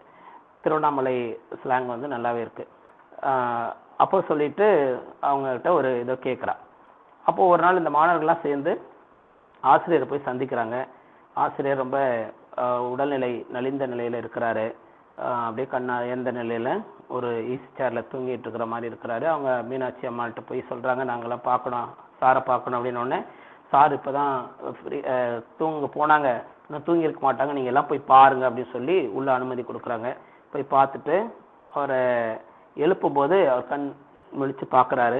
ஏன் என்னப்பா என்ன வந்தீங்க, ஏன்னா சார் பள்ளிக்கூடம் கட்டணும். பள்ளிக்கூடம் எப்படி நாம கட்டுறது, நம்மளால எப்படி முடியும் அப்படின்னு சொல்லி அவரு கேட்குறார். உடனே அந்த மாணிக்க சொல்றான், நீங்க தான் ஒவ்வொரு சொல்றாங்க எல்லா பெரிய பிரச்சனைக்கும் ஒரு சரியான தீர்வு கிடைக்கும் அப்படின்னு நீங்க சொல்லியிருக்கீங்க, பல முறை சொல்லியிருக்கீங்க அப்படின்னு சொல்லிட்டு இந்த சாவா மூவா ஆடுகள் கதையை சொல்றாரு. அவருக்கே யோசனை வரல. பாடம் நடத்தும் போது நிறைய உதாரணங்களை சொல்லுவோம் நம்மளுமே, சில டைம் நமக்கு ஞாபகம் வரும் இல்லையா, அந்த மாதிரி சாவா மூவா ஆடுகள் கதை சொன்னீங்களா சார், அது மாதிரி செய்யலாம் சார் அப்படின்னு. என்னடா சொல்ற, எப்படிடா என்னடான்றாரு. உடனே எங்க வீட்டுல 3 பசுமாடு இருக்கு சார், அதுல ஒரு பசுமாடு வித்துட்டோம், அதுல கொஞ்சம் காசு கிடைச்சது. அடுத்தது பச்சைப்பன் அவங்க வீட்டுல 2 ஆடை வித்து அவங்களும் காசு கொடுக்குறேன்னு சொல்லியிருக்காங்க. இப்படி சொல்லிட்டே இருக்கும்போது இதை மீனாட்சி அம்மா கேட்டுட்டு இருக்காங்க. உடனே அவங்களும் என்ன பண்றாங்க, அவங்க கையில இருக்கக்கூடிய வளையல்கள் எல்லாம், தங்க வளையல்கள் எல்லாம் கழட்டி கொடுக்குறாங்க. அவரும் சாரும் வியந்து பார்க்கறாரு. இப்படியாக செய்யலாம் அப்படின்ற ஒரு ஐடியா மட்டும் கொடுங்க சார், நாங்க என்ன செய்யணும், இதுக்காக நாங்க போய் பால் ஊத்துற இடத்துல பெரிய பெரிய ஆட்கள்லாம் போய் காசுலாம் கலெக்ட் பண்ணி கண்டிப்பாக பள்ளியை வந்து நம்ம 3 மாசத்துக்குள்ள கட்டிட்டோம்னா நீங்களும் அந்த பள்ளியில் இருப்பீங்க, நாங்களும் படித்து பெரிய இடத்துக்கு வந்துடுவோம் அப்படின்னு சொல்லிட்டு இந்த மாணிக்கம், பச்சையப்பன், சுகுமார் இவங்கெல்லாம் சேர்ந்து ஆசிரியர்கிட்ட அனுமதி வாங்குறாங்க. அவரும் செய்யலாம் அப்படின்னு சொல்லிட்டு அவங்களுக்கு ஒரு ஆர்வத்தை கொடுக்குறார். இப்படி போய்கிட்டே இருக்கு. அது அரசாங்கத்துடைய செயல்பாடு. இவங்களும் பல இடங்களில் போய் காசெல்லாம் கலெக்ட் பண்ணுறாங்க. இப்படி சூழல் போயிட்டே இருக்கும்போது ஒரு நாள் இந்த சதாசிவம் ஆசிரியருக்கு வந்து ஒரு கடிதம் வருது. அந்த கடிதத்தில் வந்து பார்த்தீங்கன்னா சிவனேசன் அப்படின்ற ஒரு பொறியாளர் அவர் கடிதம் எழுத்துறார். நீங்கள் வந்து கடைப்பேரில் வந்து ஒரு மிகப்பெரிய பணியை செஞ்சிட்ருக்கீங்க, ஒரு பள்ளி கட்டணும்னு உங்களுடைய செயல்பாடு வந்து எனக்கு ரொம்ப வியப்பாக இருக்குது, என்னால் முடிஞ்ச கான்ட்ரிபியூஷனை கொடுக்கணும்னு நினைக்கிறேன். இந்த கட்டடத்துக்கான வரைபடம், இந்த கட்டடத்துக்கான அனுமதி, இந்த கட்டடத்துக்கு தேவையான எல்லா அரசு சார்ந்த செயல்பாடுகள், அப்புறம் வந்து ஒர்க்கர்ஸுக்கான கூலி, இதெல்லாமே நானே பண்ணிடுறேன், நீங்கள் வந்து ஒன்லி அந்த மெட்டீரியல் மட்டும் கொடுத்தா போதும் அப்படின்ற மாதிரி ஒரு கடிதம் அவருக்கு வருது. ஆசிரியருக்கு ரொம்ப சந்தோஷம். இதை மக்கள்கிட்டலாம் சொல்கிறாங்க. மக்களும் சேர்ந்து ஒரு பள்ளியை கட்டுவதற்கான ஒரு முன்னெடுப்பை வந்து எடுக்கிறாங்க. இப்படி போய்கிட்டு இருக்கு இந்த கதை, நீண்டு போயிட்டே இருக்கு. அடுத்து இந்த கதையில் போயிட்டு இருக்கும்போது இதற்கு இடையில இவருடைய படிப்புக்கு தடை இல்லாமல் இந்த மாணிக்கம் என்ன பண்ணுறான், பக்கத்தில் இருக்கக்கூடிய 2 ஆசிரியர்கள், கதிரேசன் அப்படின்ற ஒரு கணக்கு ஆசிரியர், கணித ஆசிரியர், அடுத்து வந்து குணசேகரன் அப்படின்னு சொல்லக்கூடிய ஒரு அறிவியல் ஆசிரியர், பக்கத்து ஊரில் இருக்கக்கூடிய ஊருக்கு போயிட்டு அவங்ககிட்ட போய் பாடம் கற்றுட்டு வந்து இங்கே இருக்கக்கூடிய மாணவர்களுக்கு, தான் கூட படிக்கக்கூடிய மாணவர்களுக்கு வந்து அதை சொல்லிக் கொடுக்குறான் மாணிக்கம். இந்த சொல்லி கொடுத்துட்டு அவங்களுக்கு புரிகிற அளவுக்கு பாடம் அவங்க புரிஞ்சதை கேட்டதை இங்கே வந்து சொல்லி கொடுத்துருக்குறான். இந்த மாணிக்கம் அவங்களுக்கு போகும்போது அவங்க வீட்டில் இருக்கக்கூடிய சீம்பால், அவங்க வீட்டில் விளைஞ்ச காய்கறிகள் இதெல்லாம் எடுத்துகிட்டு போய் அவருக்கு குருதட்சணையாக கொடுக்குறான். அதாவது இந்த புறநானூரில் ஒரு பாட்டு வரும், உற்றுளி உதவியும் உருபொருள் கொடுத்தும் பிற்றை நிலை முனியாது கற்றல் நன்றே அப்படின்னு ஒரு பாடல் வரும். அந்த மாதிரி அந்த பாட்டு தான் இந்த இடத்துல ஞாபகம் வருது. ஆசிரியரிடத்துல எப்படியெல்லாம் நாம் இருந்து கல்வியை கற்கணும், அவர் அந்த நிலையிலிருந்து கற்றுக்கொள்ள வேண்டும் என்பதை வந்து அந்த புறநானூறு பாடல் வந்து சிறப்பாக சொல்லும். அந்த மாதிரி இந்த மாணிக்கம் அவங்ககிட்ட இருந்து கற்று தன்னுடைய மாணவர்களுக்கு, கூட இருக்கக்கூடிய நண்பர்களுக்கு அந்த கல்வியை வந்து கொண்டு போய் சேர்க்குறான். இப்படி போய்கிட்டு இருக்கு. பள்ளிக்கூடமும் கட்டிக்கிட்டே இருக்காங்க. இப்படி கட்டடம் பணி வந்து முடியுது. அவங்க அம்மா கிட்ட அவன் கேட்குறான் ஒரு நாள், அம்மா திருவண்ணாமலை தீபத்துக்கு போகணும் அப்படின்னு சொல்லி கேட்கும்போது அவங்க அம்மா சொல்கிறாங்க, சரி போகலாம்ப்பா அப்படின்னு சொல்லும்போது அந்த டைமில் இவங்க கூட படிக்கக்கூடிய இந்த முத்துலட்சுமி என்ற மாணவியோடைய அப்பா இறந்துடுறாங்க தீபத்து அன்னைக்கு தான். அப்போது அன்னைக்கு ஊரே ரொம்ப சோகமான ஒரு சூழலில் இருக்குது. மாணிக்கமே சொல்லிடுறான், இல்லை தீபத்துக்கு வந்து நம்ம அடுத்த முறை போகலாம் அப்படின்னு சொல்லிட்டு இவன் அந்த நிகழ்வுகள்லாம் பார்த்துட்டு அவங்க அப்பாவை நினச்சி, அவங்க கூட பிறந்த ஒரு தங்கச்சி இருப்பாங்க, அக்கா இருப்பாங்க, அந்த அக்கா இறந்ததை நினச்செல்லாம் இவன் அதையும் நினச்சி அழுதுகிட்டே இருக்கிறான்.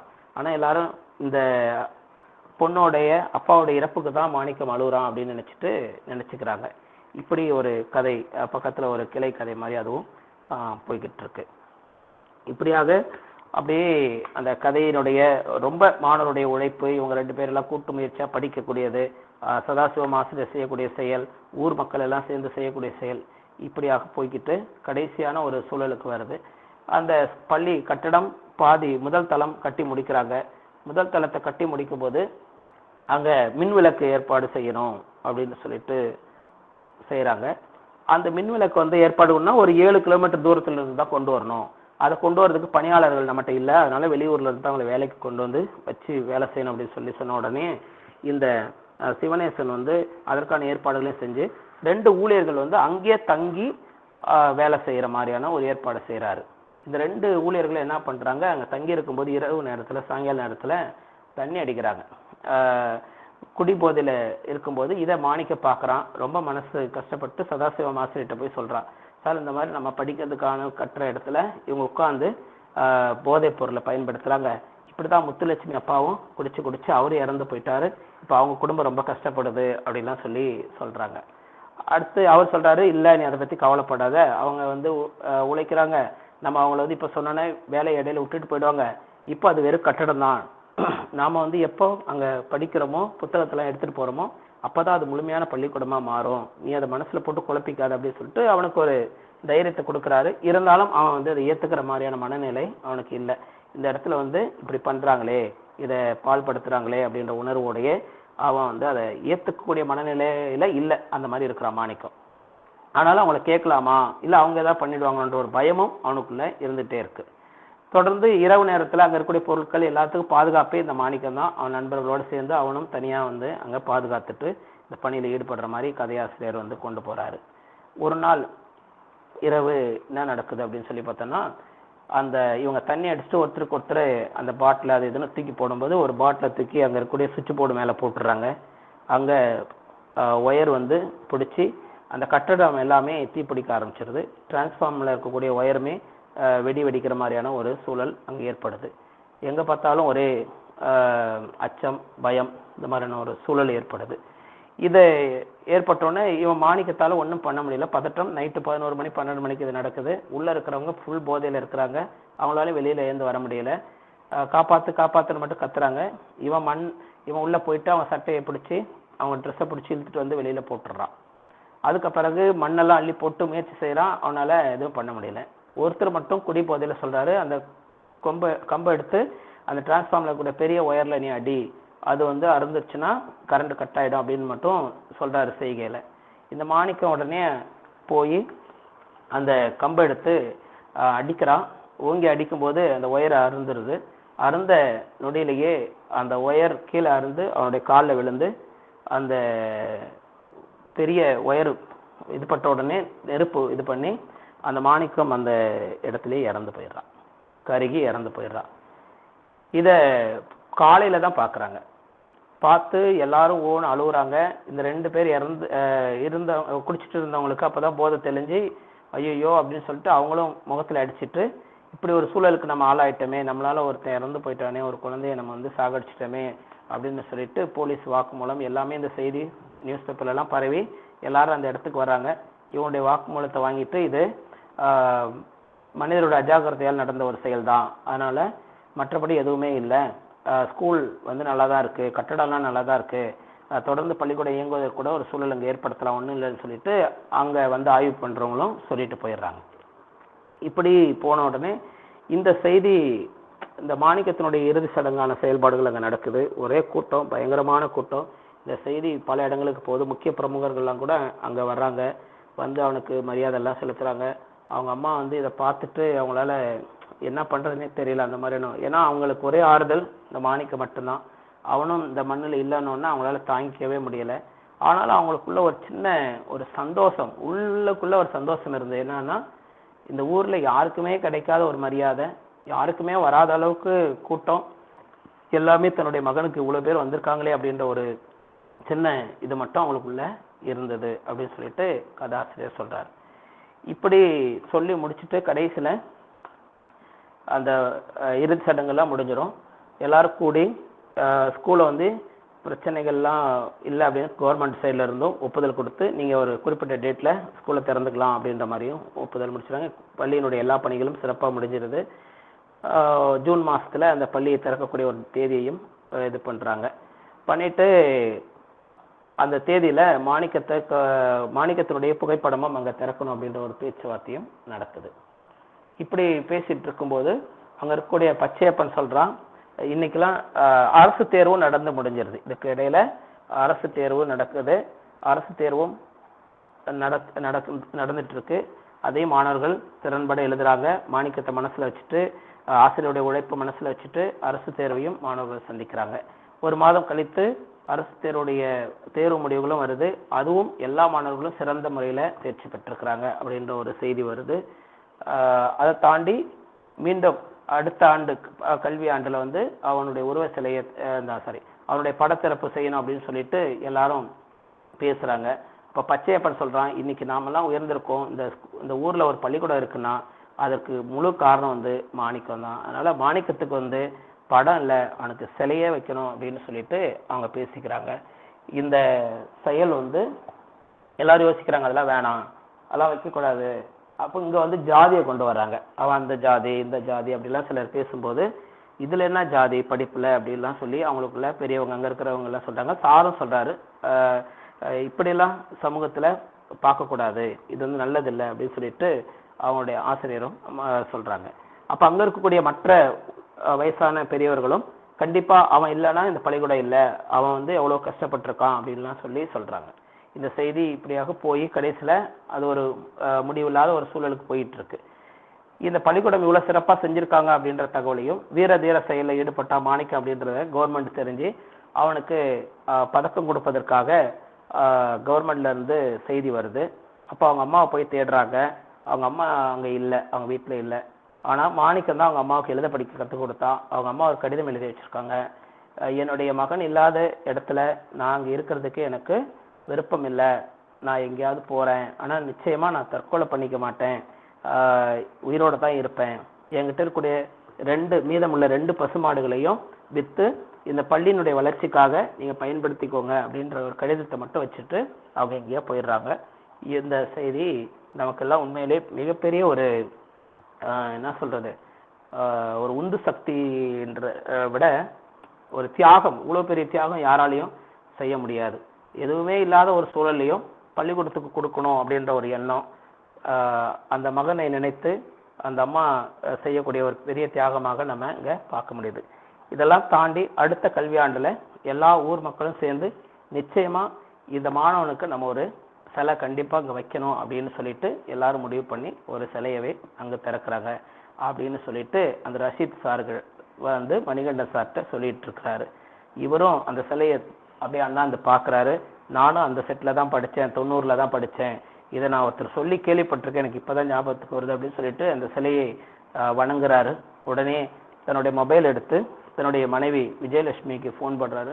மா, நான் வந்து இந்த உலகத்திலேயே ஒரு சிறந்த பள்ளிக்கூடத்தை நம்முடைய பாப்பாவுக்கு பார்த்துருக்கிறேன், நீங்க உடனே நான் வந்து உங்களை வந்து அழைச்சிட்டு வரேன், இந்த ஒரு பள்ளியிலேயே சேர்த்துடலாம் அப்படின்னு சொல்லிட்டு, இந்த பள்ளின்னு சொல்லாம உலகத்திலே ஒரு சிறந்த பள்ளியை நான் பார்த்துட்டேன் அப்படின்ற தகவலை சொல்லிட்டு போனை வச்சிடுறாரு.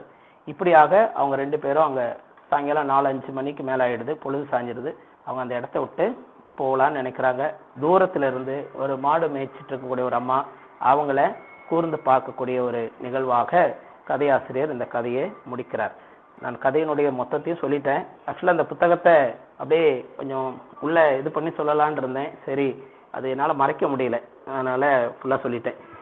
அதை தாண்டி பார்க்கும்போது இந்த புத்தகம் எனக்கு என்னன்னா எல்லாத்தையுமே அலசி ஆராயுது. அதுதான் எனக்கு ரொம்ப பிடிச்சிருந்துச்சு. இதுல பார்த்தோன்னா ஒன்னொன்று இந்த புத்தகத்து உள்ளேயே வெளியே பார்க்கும்போது பல சிந்தனைகள். இதுல இன்னைக்கு இருக்கக்கூடிய கல்வி முறைகளை பற்றி சொல்லுது. அடுத்தது கல்வி புலத்தில் உள்ள ஏற்றத்தாழ்வுகள், தனியார் பள்ளி, அரசு பள்ளி, அங்க இருக்கக்கூடிய ஏற்றத்தாழ்வுகள், அந்த ஒரு இதை சொல்லும். அப்புறம் அந்த மணிகண்டன் சார் கூட ஒர்க் பண்ற ஒரு பெண் ஆசிரியர் வந்து பிரைவேட் ஸ்கூல்ல ஒர்க் பண்ணுவாங்க. பிரைவேட் ஸ்கூல்ல அவங்களுக்கு நடக்கக்கூடிய அநீதியை இந்த கதையாசிரியர் சொல்லியிருப்பாரு. அடுத்தது பெண் உரிமை, அடுத்து பள்ளி கட்டிடங்களுடைய தரம், அடுத்தது ஆசிரியருடைய பற்றாக்குறை, இப்படி எல்லாமே. அடுத்து வெளியில வந்தோன்னா குழந்தைகளுக்கு இன்னும் சில செய்திகளை இதுல உள்ள கொடுத்திருப்பாங்க. பெண் குழந்தைகளுக்கு பாதுகாப்பு இல்லாத ஒரு சூழல், கிராமத்துல இருந்து இன்னொரு கிராமத்துக்கு அவங்க அனுப்பாததுக்கு காரணங்கள், இப்படி பலவற்றையும் இந்த கதையாசிரியர் வந்து இதுல சுட்டி காமிச்சிருப்பாரு. இன்னும் இந்த கதையினுடைய சாராம்சத்தை நான் முழுமையாக சொல்லியிருந்தா கூட இந்த புத்தகத்தை ஒவ்வொருத்தரும் வாங்கி படிக்கும்போது தான் இதனுடைய முழு அந்த உணர்வையும் நிச்சயமாக பெற முடியும். அதுவும் குறிப்பா ஒவ்வொரு ஆசிரியரும் மாணவர்களும் இந்த புத்தகத்தை படிக்கணும். அதுவும் கிராமப்புறத்துல பணி செய்யக்கூடிய அரசு பள்ளி ஆசிரியராக இருக்கட்டும், அவங்களுக்கு தான் இந்த புத்தகம் முக்கியமா சமர்ப்பணமே.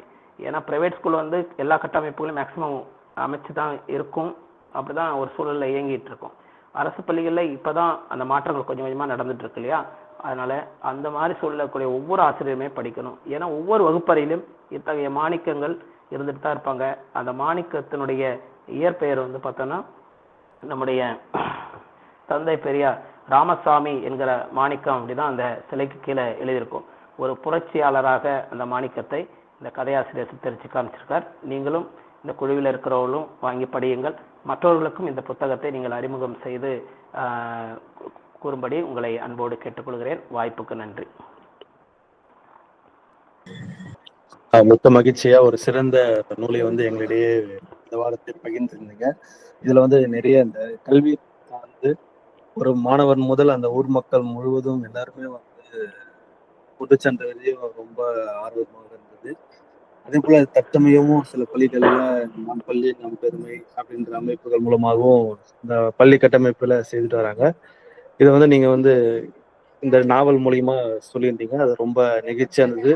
அதுல ஏற்கனவே சொல்லியிருந்த மாதிரி நிறைய கருத்துக்களும் வந்து பொதிந்திருக்குது. அதை நம்ம வாசிக்க வாசிக்கணும்னு சொல்லிட்டு நீங்க எங்ககிட்டயுமே சொல்லியிருந்தீங்க. அதுக்கு மிக்க மகிழ்ச்சி ஐயா. அடுத்ததாக பங்கேற்பாளர்கள் தங்களது கருத்துக்களை பகிர்ந்து கொள்ளுங்கள்.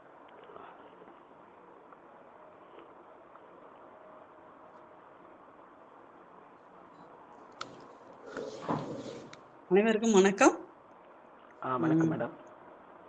அறிவே ஆற்றல் அப்படிங்கிறத நம்ம சுருக்கமா அப்படிம்போம். அதே மாதிரிதான் இப்ப சொல்லலாம். அமலா ஆரணி, அமலா ஆரோக்கிய ஜேசு அவரை வந்து ரொம்ப ஒரு மாதிரி அந்த அந்த கதை களத்துக்கே நம்மளை அழைச்சிட்டு போயிட்டார். அவர் சொன்ன விதம் அப்படியே அதுல மூழ்கி அப்படியே இந்த தலைப்பை பார்த்தோன்னே நம்ம எல்லாருக்குமே தோன்றது என்னன்னா, இந்த குழந்தை தொழிலாளர் கேட்குறாங்க, நாங்கெல்லாம் படிக்கக்கூடாதா சார் கேட்குறது, அப்படிதான் நினைச்சோம். ஆனா இது வேற மாதிரி கதையா வந்திருக்கு. இந்த ஆசிரியர் இல்லாதது, இந்த பள்ளி கட்டிடம் பழுதடைந்தது, அந்த தீ எல்லாமே அந்த தொடர் சோதனைகள் வந்தா கூட அவங்க எல்லாம் எல்லாத்தையும் தாங்கிட்டு சரி பண்ணிட்டு தான் போறாங்க. ஆனா அந்த கடைசியில அந்த மாணிக்கத்துக்கு தீ விபத்து ஏற்பட்டது தான் நமக்கு ரொம்ப சோகத்துல ஆழ்த்துது. அந்த குடி போதையில அவங்க செஞ்ச செயல் ஒரு பாவமும் செய்யாத அந்த மாணிக்கம் பாதிக்கப்பட்டது நம் மனச ரொம்ப பாதிக்குது. நன்றி. இதைத்தான் மேடம் இந்த இவரும் பாலபாரதி சார் எழுதியிருப்பாங்க. அந்த மாணிக்கத்தினுடைய இறப்பு எல்லாருக்குமே, இந்த புத்தகத்தை படிக்கிற எல்லாருக்குமே அது ஒரு பெரிய இது. அதனால தான் நான் கதையுடைய இதையும் சொல்லிட்டேன், கிளைமேக்ஸையும் சொல்லிட்டேன். என்னால் அதை சொல்லாமல் இருக்க முடியல. ஐயா வணக்கம். கேக்குதுங்களா? வணக்கம் ஐயா. ரொம்ப சிறப்பா கேக்குதுங்களா? ரொம்ப சிறப்பா பேசியிருந்தீங்க ஐயா. இந்த புத்தகத்தை நான் படிக்கும்போது எனக்கு ரொம்ப நல்லா இருந்துங்க. இதுல என்ன ஒரு விஷயம் ஐயா, இந்த மாணிக்கம் பணம் வசூல் செய்வதற்காக போக பாருங்க, அங்க அவன் படுற சில அவமானப்படுத்துற விதம் இருக்குங்க இல்லையா, அங்க ரொம்ப கஷ்டமா இருந்துங்க. ஒரு இடத்துல பால் ஊத்துற நீங்க உங்களுக்கு எதுக்கு படிப்புன்னு சொல்லுவாங்க ஒரு இடத்துல. அப்புறம் இன்னொரு இடத்துல சொல்லும் போது, நீங்கெல்லாம் பால் படிக்க போயிட்டா பால் ஊத்துறதுக்கு எங்களுக்கு யார் பால் ஊத்துறதுன்னு அந்த இடத்துல சுகுமாரன் ஒருத்தர் ரொம்ப அழகா சொல்லுவாங்க. நீங்க செத்தா சொல்லுங்க, நாங்க பால் ஊத்துறாடின்னு சொல்லுவாங்க. உண்மையிலே அந்த இடங்கள்லாம் ரொம்ப பால் ஊத்துறாடி சொல்லுவாங்க. நான் நீங்க செத்தா சொல்லுங்க, நான் பால் ஊத்துறாடி சொல்லுவாங்க. அது மாதிரியான நிறைய இடங்கள் சொல்லும் போது அவங்க ஆசிரியர்கிட்ட போய் சொல்லுவாங்க. அவங்க ஆசிரியர்கிட்ட போய் சொல்லும் போது அவர் சொல்லுவாரு, அவரும் ஏன் ஐயா இவன் பேசிட்டான் அப்படி அந்த மாதிரி மாணிக்கம் சொல்லும் போது ஆசிரியர் சொல்லுவாரு, கண்டிப்பா அவன் பேசினது தப்பு இல்ல, சில இது வரும்போது இடர்பாடுகள் வரும்போது நம்ம பேசத்தான் செய்யணும், அங்க மௌனமா இருக்கக்கூடாதுன்னு அவரு சொல்லுவாரு. அந்த செய்தி நல்லா தான் இருக்கும். ரொம்ப நல்லா ரொம்ப அருமையா நல்லா பேசுனீங்க. கதையை விடாம சூப்பரா ரொம்ப அழகா சொன்னீங்க. வாழ்த்துக்களுங்க, நன்றிங்க. அடுத்து இதே மாதிரி கொஞ்சம் நகைச்சுவை இருக்கும். அவங்க பாப்பா சொல்லுவா, அண்ணாமலையார் உங்களுக்கு பிடிச்ச தெய்வம்னு சொல்றீங்கல்ல, கபாலீஸ்வரத்தையும் நீங்க வேண்டியிருக்கலாம்ல, சென்னையிலே கிடைச்சிருக்குல்ல உங்களுக்கு மார்கல் அப்படின்னு சொல்றது, அது நமக்கு கொஞ்சம் நகைச்சுவை இருக்கும். கபாலீஸ்வரத்தை வேண்டியிருந்தா உங்களுக்கு இங்கே வேலை கிடைச்சிருக்கும்ல, சொன்னதும் நல்லா இருக்கும். நல்லா இருந்தது. அந்த மாணிக்க நீங்க சொல்றபடி உண்மையிலே நமக்கு அந்த அவன் அந்த கம்பியை அடிச்சுட்டு அதுக்கு பிறகு அவன் தூக்கி அப்படியே எரிஞ்சு சாடுவது நல்லா படி. உண்மையிலே எல்லோரும் எல்லா ஆசிரியர்களுமே கேட்கலையா, எல்லா ஆசிரியர்களும் நிச்சயமாக ஒரு படிக்க வேண்டிய ஒரு நூல் அது.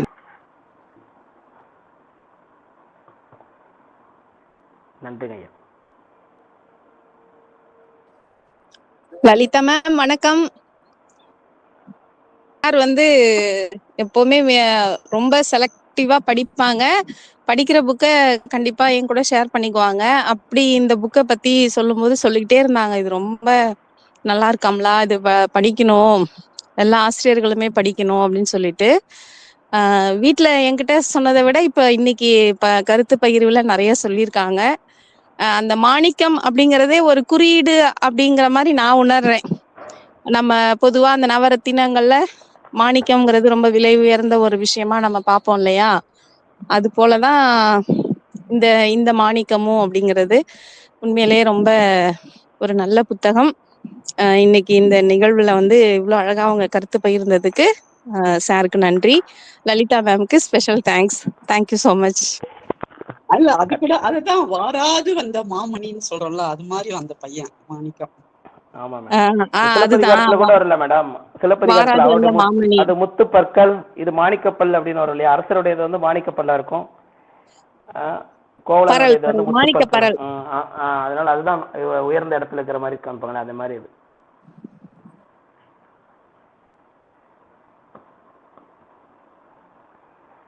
ரெண்டு பேரும் நிச்சயமா போட்டி போட்டுட்டு விருது வாங்குவீங்களா?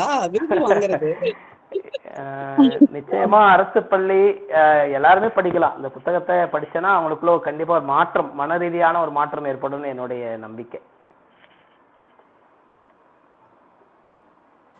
ஐயா வணக்கம். வணக்கம் ஐயா. கதை மிக சிறப்பாக இருந்தது. அதை நீங்க எடுத்து வழங்கிய விதம் அதை விட சிறப்பாக இருந்தது. நான் இந்த நிகழ்வுல இதுதான் முதல் முறை கலந்துக்கிறேன். மகிழ்ச்சி. கதையும் நன்றாக இருந்தது.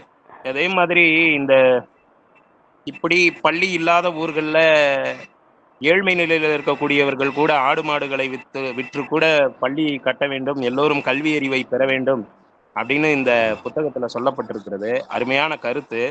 ஆனாலும் கூட அந்த அடிப்படையில தான் இப்போ பள்ளி மேலாண்மை குழு அப்படின்னு சொல்லி அரசாங்கத்தால நிதி பற்றாக்குறை காரணமாக ஏதோ ஒரு காரணத்தினால பள்ளிகளை மேம்படுத்த முடியாத சூழல்கள் ஏற்படுகிற பொழுது அந்த மேம்படுத்த வேண்டும் அப்படிங்கிறதுக்காக இந்த குழுவெல்லாம் அமைத்து செயல்படுகிறார்கள். ஆனா இவ்வளவு செயல்பாடுகள் செய்தும் கூட இன்னும் பல பள்ளிகள்ல பள்ளி மேலாண்மை குழுவெல்லாம் ஏதோ பெயரளவுல நடக்கிறது மாதிரி தான் இருக்குது. அது ஒரு என்னன்னா தங்களினுடைய ஆதிக்கத்தை செலுத்தக்கூடிய ஒரு இடமாக மாற்றி விடுகிறார்கள்.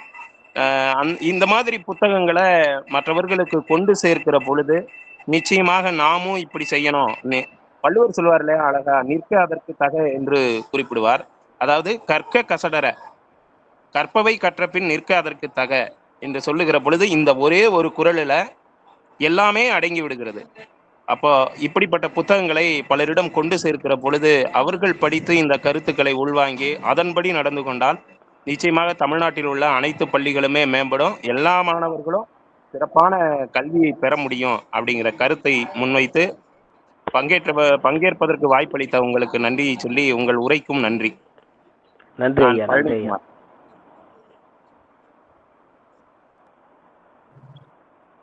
வணக்கம், திருநெல்வேலியில இருந்து மோகன். ஐயா கேக்குதுங்களா? கேக்குது சார். ஐயா, இந்த கதையாசிரியர் கதையை சிறப்பா கொண்டு போயிருக்கிறாரு. ஆனா அந்த பையனை வந்துட்டு பாதியிலே இறந்து போற மாதிரியான ஒரு சூழல்ல கொண்டு வராம அந்த பையன் நிறைய அந்த பள்ளிக்கூடத்திலேயே படிச்சு வாழ்க்கையில இன்னும் பல சாதனைகளை சாதிச்சு பிற்காலத்துல நாட்டையே நடத்துற ஒரு ஆளா வந்து அவருடைய சிலையை அங்க நிறுவின மாதிரியான கதை இருந்திருந்தா இன்னும் நல்லா இருந்திருக்குமோ அப்படின்னு என்னுடைய மனசுல தோணுது.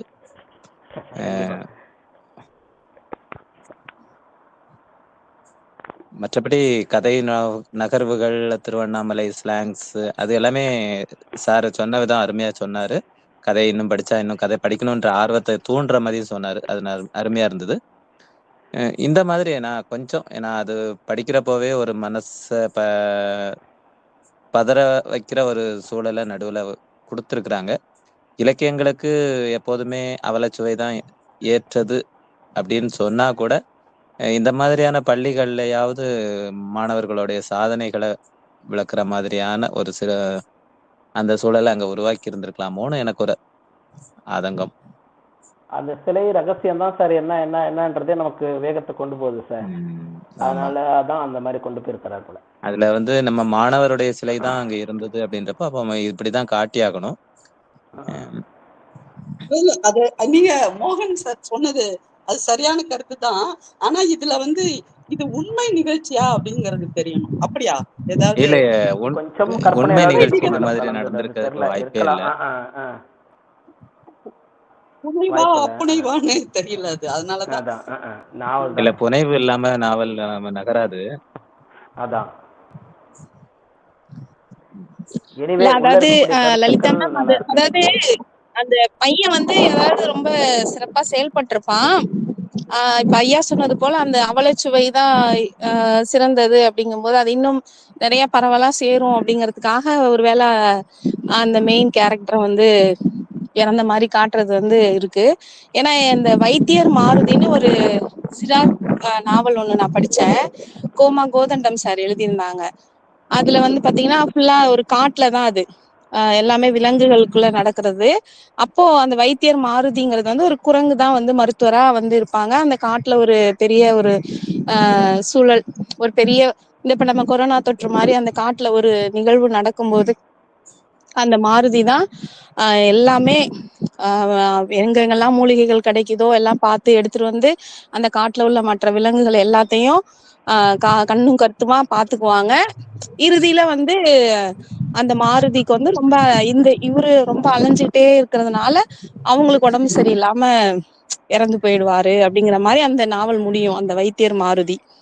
அப்போ நான் கேட்டேன் அந்த கோதண்டம் ஐயா கிட்ட, ஏன் ஐயா அந்த மாருதி அவரை வந்து ஏன் கொன்னீங்க?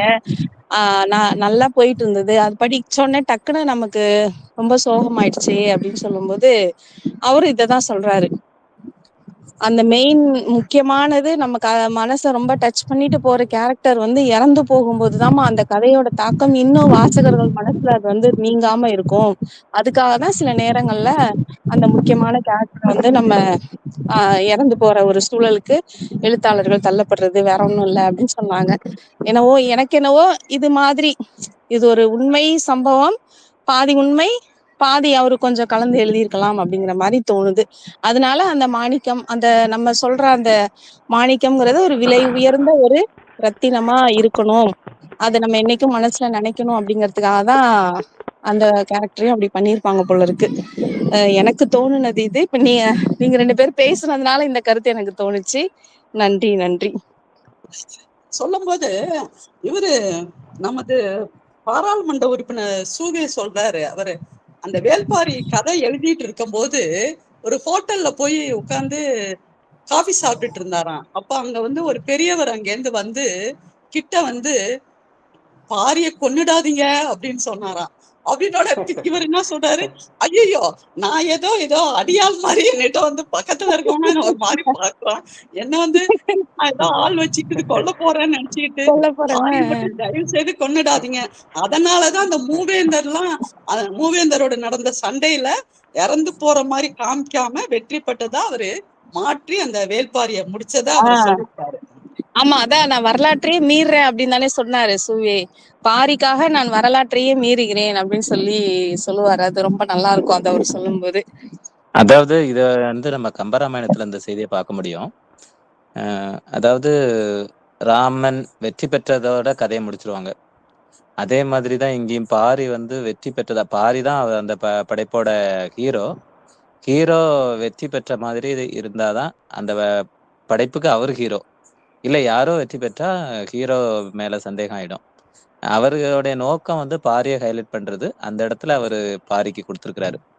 இது மாதிரி இன்னொரு சூவே ஒன்னோட எழுதியிருப்பாரு, காவல் கோட்டம். அங்க எந்த ஹீரோவும் கிடையாது, ஆனாலும் அதுவும் சூப்பரா சாகித்ய அகாடமி விருது வரைக்கும் வாங்கியிருக்குது. இப்படி அவங்களுடைய எழுத்தாற்றலால எல்லாமே சாதிக்க முடியும்.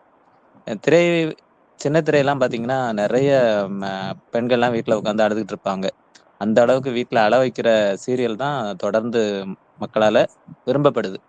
இப்படி எல்லாம் பார்க்கும்போது அவலச்சுவையோட அவசியம் தெரியுது இலக்கியத்தை பொறுத்தளவுல.